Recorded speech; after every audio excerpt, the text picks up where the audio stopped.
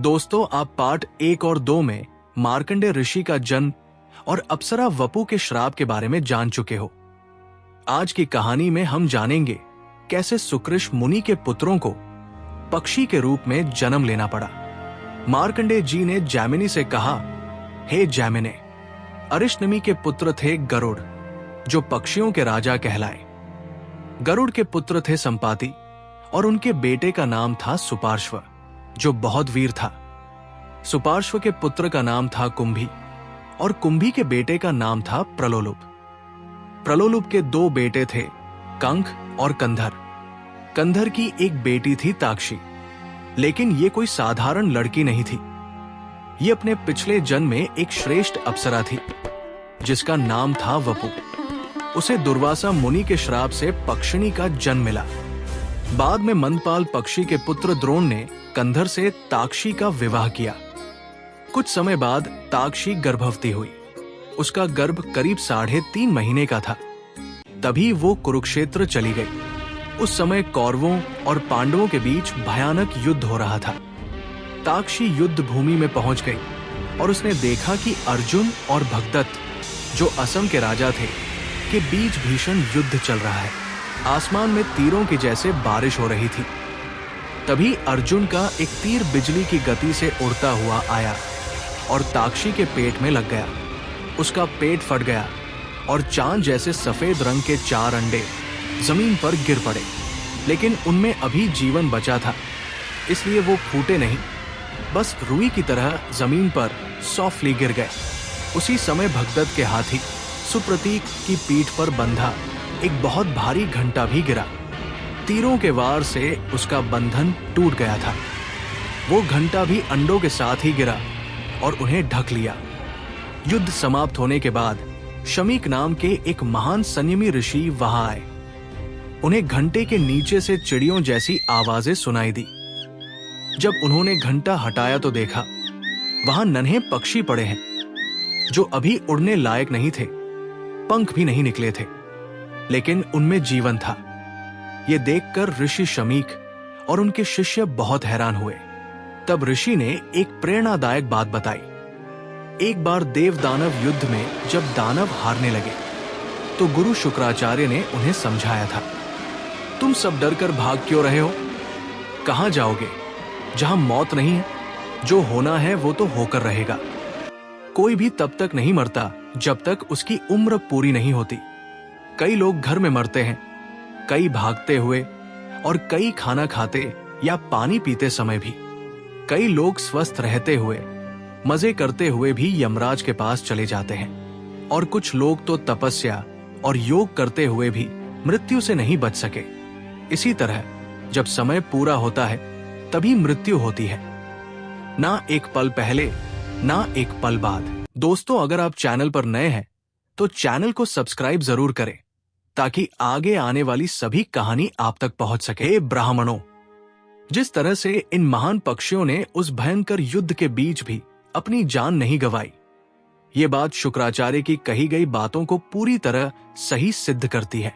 सोचिए, एक तरफ गर्भवती पक्षिणी का पेट फटना, फिर अंडों का जमीन पर गिरना, उसी समय एक भारी घंटा का गिरकर उन्हें ढक लेना, और वो भी तब जब जमीन खून और मांस से भरी हुई थी। ये सब कोई संयोग नहीं था। ये पक्षी कोई साधारण जीव नहीं है, ये तो दैविक कृपा का संकेत है। ऋषि शमीक ने यह देखकर कहा, अब इन पक्षी बच्चों को लेकर आश्रम चलो और उन्हें किसी ऐसे सुरक्षित स्थान पर रखो जहां इन्हें बिल्ली, चूहा, बाज या नेवला नुकसान न पहुंचा सके। फिर उन्होंने समझाया, हालांकि किसी की रक्षा में ज्यादा प्रयास जरूरी नहीं होता, क्योंकि जीवन और मृत्यु तो कर्म के अनुसार होती है। फिर भी हर मनुष्य को अपना कर्तव्य निभाना चाहिए। जिसने प्रयास किया वो असफल हो जाए तो भी उसकी निंदा नहीं होती। इसके बाद ऋषि के शिष्य उन नन्हे पक्षियों को लेकर आश्रम लौटे। वो स्थान बहुत ही सुंदर था। चारों ओर वृक्षों पर भौंरे मंडरा रहे थे, फल फूलों की भरमार थी और तपस्वियों की उपस्थिति से पवित्रता भी थी। ऋषि शमीक हर दिन उन्हें जल, अन्न और सुरक्षा देते रहे। और फिर हुआ चमत्कार। सिर्फ 1 महीने में ही वे पक्षी इतने शक्तिशाली बन गए कि सूरज के रथ तक उड़ने लगे। उन्होंने ऊपर से नगर, समुद्र, नदियां और पूरी धरती को देखा, जो उन्हें रथ के पहिए जैसी छोटी लगी। फिर वे थककर अपने आश्रम लौट आए। एक दिन जब ऋषि शमीक अपने शिष्यों को धर्म का ज्ञान दे रहे थे, तभी इन पक्षियों के भीतर का ज्ञान जाग उठा। फिर वे सभी ऋषि के पास आए, चरणों में झुके और बोले, हे मुने, आपने हमें मृत्यु से बचाया, आश्रय दिया, भोजन, जल और रक्षा दी। हम तो अंडों में ही थे जब हमारी मां की मृत्यु हो गई। पिता ने भी रक्षा नहीं की। आपने घंटा हटाकर हमारी जान बचाई। अब हम बड़े हो गए हैं और हमें ज्ञान प्राप्त हो गया है। कृपा कर हमें बताइए कि हम आपकी कौन सी सेवा कर सकते हैं। ऋषि शमीक अपने पुत्र श्रृंगी और अन्य शिष्यों के साथ बैठे थे। जब उन्होंने इन पक्षियों की साफ सुथरी संस्कृत भाषा में बात सुनी तो चकित रह गए। उन्होंने पूछा, बच्चों, बताओ तुम्हें ये मानव जैसी वाणी कैसे मिली? तुम पक्षी हो, लेकिन बोलते हो जैसे कोई ज्ञानी मनुष्य।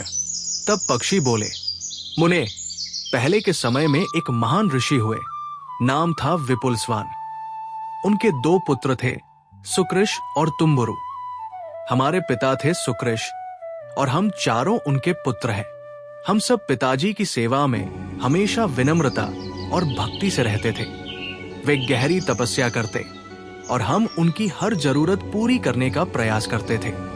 एक दिन देवता इंद्र एक बूढ़े पक्षी के रूप में हमारी परीक्षा लेने आए। उनके पंख टूटे हुए थे, शरीर थका हुआ, आंखें लाल। वे भूख से परेशान थे। उन्होंने हमारे पिता से कहा, ऋषिवर, मैं भूखा हूं, मेरी रक्षा करें। मैं भोजन चाहता हूं। पिता ने कहा, मैं तुम्हें भोजन दूंगा। जब पूछा कि क्या भोजन चाहिए, इंद्र बोले, मनुष्य का मांस। हमारे पिता ने संकल्प लिया कि वो अपनी देह का मांस देंगे और हमें बुलाया। उन्होंने हमारे सेवा भाव की सराहना की और कहा, यदि तुम मुझे अपना गुरु और पूजनीय मानते हो तो मेरी बात मानो। जब हमें पता चला कि वो चाहते हैं कि हम अपने शरीर का मांस उस पक्षी को दें, तो हमें बहुत दुख हुआ। हम डर गए और बोले, ये काम तो बहुत कठिन है, हम ये नहीं कर सकते। कोई भी समझदार इंसान अपने शरीर का नाश किसी और के लिए नहीं करेगा। हमारी ये बात सुनकर पिता क्रोधित हो गए और बोले, तुमने वचन दिया और फिर मुकर गए। अब जाओ, पक्षी योनि में जन्म लो। फिर उन्होंने विधि विधान से अपनी अंतिम क्रिया की और इंद्र से कहा, अब मुझे खाओ, मैंने अपनी देह तुम्हें समर्पित कर दी है। ब्राह्मण का धर्म है कि वो अपनी बात पर अड़िग रहे। ये देखकर इंद्र बहुत प्रभावित हुए। वे अपने असली देव रूप में प्रकट हुए और बोले, मुने, ये सब मेरी परीक्षा थी। आपने अपना धर्म निभाया। बताइए, मैं आपकी कौन सी इच्छा पूरी करूं? आपके सत्य वचन का पालन करने से आपके प्रति मेरा बड़ा प्रेम हो गया है। आज से आपके हृदय में इंद्र संबंधी ज्ञान प्रकट होगा और आपकी तपस्या में कभी कोई विघ्न उत्पन्न नहीं होगा।